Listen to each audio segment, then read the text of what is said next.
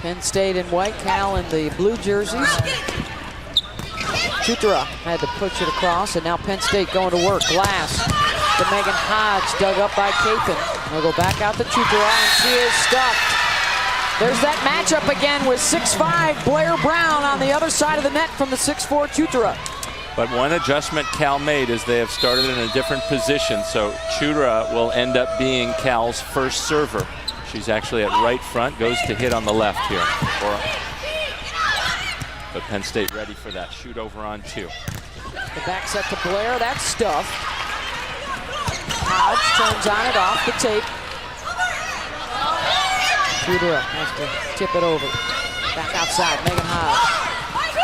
Johnson got a piece of it. They go back to the rookie and she scores. So the risk you take if you're a Cal is if you switch the starting lineup a little bit, get different matchups, it might make Chutra less effective, but the hope is that other players will become more effective. Chutra at the line here. She's been hitting well, but the other players, nobody else is over 200 in the match. Point for Cal.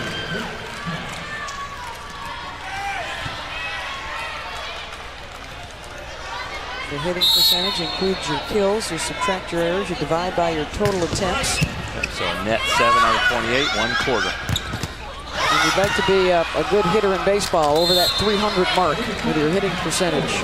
And it's one thing for outside hitters, 300 above is great. But for middles who have an advantage because they're the first tempo, the quick option, and opposing defenses and blockers don't know if they're going to get the ball. Great middles are often 400 and above. And Ariel Wilson, of course, at 561 for the season. Following in the footsteps of Krista Harmato, who led the nation in hitting last year, and now Wilson has become the top hitter in the country this season. For a Nittany Lion team that I think thanks a lot in part to their multitude of weapons, but also to the setting of Alicia Glass, they have led the country in hitting in each of the last 4 years that she has been their starting setter. And Brown with the kill. Tied at 3 here in the third. They are into the regionals for the 3rd year in a row, and for Penn State, and the Nittany Lions looking for that 100th win. And the other tough thing for Cal is this is the 3rd straight year that in the regional final they have faced the defending champion, Nebraska 2 years ago. Then Penn State on its home floor last year. At least this one is on a neutral site. But it doesn't seem that Penn State's game has suffered even with the loss of All-Americans Krista Harmato and Nicole Fawcett. Brown continues to blast away. 9 kills now on 18 attacks. And she's a big reason why the Penn State game has not slipped or missed a beat, even with the change in personnel. Almost an ace there. Wiley able to use the block, point Cal. And so Cal switching those lineups a little means Wiley gets to hit more against Alicia Glass, less against Blair Brown. That's a better matchup. Look for Carly Lloyd to try to exploit that. Wiley, along with Chutra and Kristen Cathan, their libero, their 3 seniors. They are also the winningest class in Cal history, as the Penn State seniors are the winningest in their program's history. 138-5. I thought our UCLA team was okay. It just put us to shame. What was your record? 124-5, but Penn State blowing that away and on the way to yet another win. Only 5 losses in a whole collegiate career for Alicia Glass and Megan Hodge. This is the 29th year that they've been playing volleyball under the auspices of the NCAA, and this is the winningest senior class in the sport's history, and Hodge and Glass. And Glass notching the block on Chutra. Remember, the risk Cal took in switching matchups means that maybe Chutra cools off.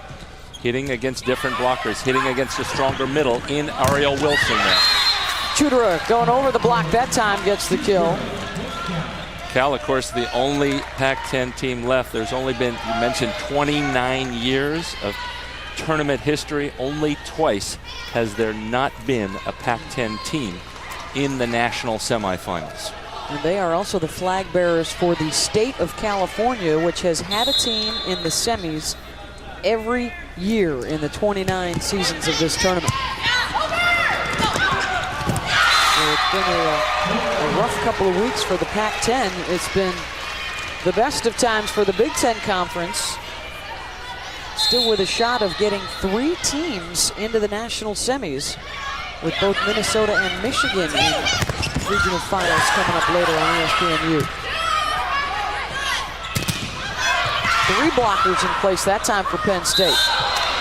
And the lift called on Cal. And to start the play, Cal serves short. Number 7, Ariel Wilson for Penn State, doing a nice job of stepping in there, allowing Megan Hodge to hit. We saw Penn State practicing that earlier today in the pre-match practice, kind of a shoot-around. Each team goes for about an hour late. Tremendous preparation for both of these teams as the scouting now, Karts, is getting very high-tech. The Penn State staff told us today at their practice they watched at least a dozen game films from Cal this season.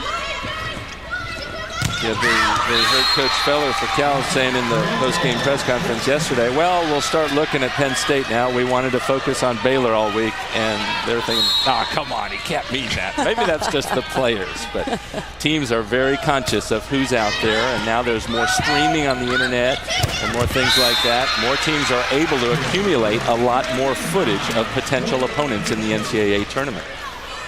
It's down to mathematical formulas and percentages as to where a player like Megan Hodge has a tendency to hit on the court.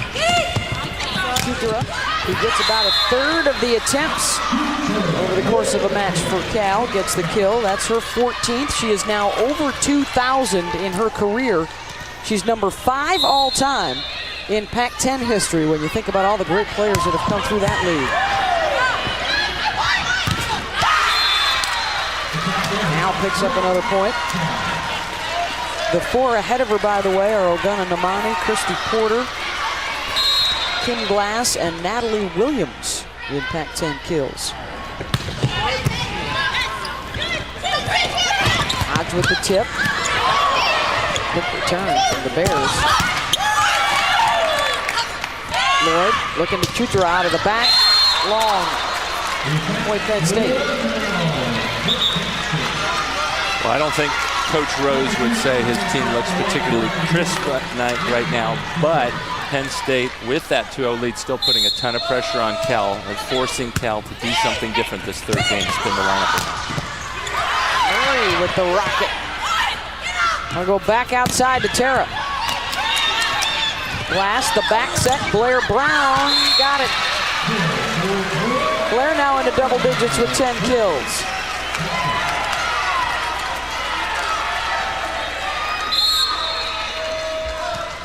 Had such a wealth of talent at Penn State. She redshirted her freshman year. Gave her the opportunity to help prepare her for the college game. And a bigger opportunity for her this season, and she is making the most of it. And along with her offense, of course, you get her blocking. And when she's on the right, that slows opposing outside hitters down.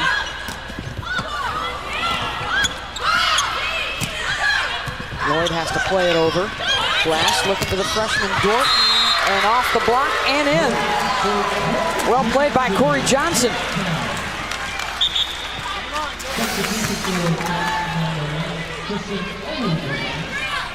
Corey Johnson reaching her hands a little to her right, shutting down the line. So just for a split second, Dorton thought it was open, and then the door was shut. Dorton got it by Johnson that time. Point Penn State.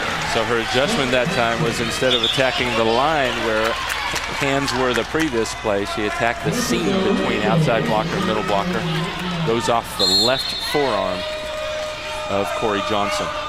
Dorton, the former National High School Player of the Year and the Big Ten Freshman of the Year this season. And here comes DeRico again. That is her 4th ace of the match. That's 7 now for Penn State. And her targets are really Chudera and Murray. She's going at that part of the court every single time. Murray will get a swing. Off the block and out. Point Cal.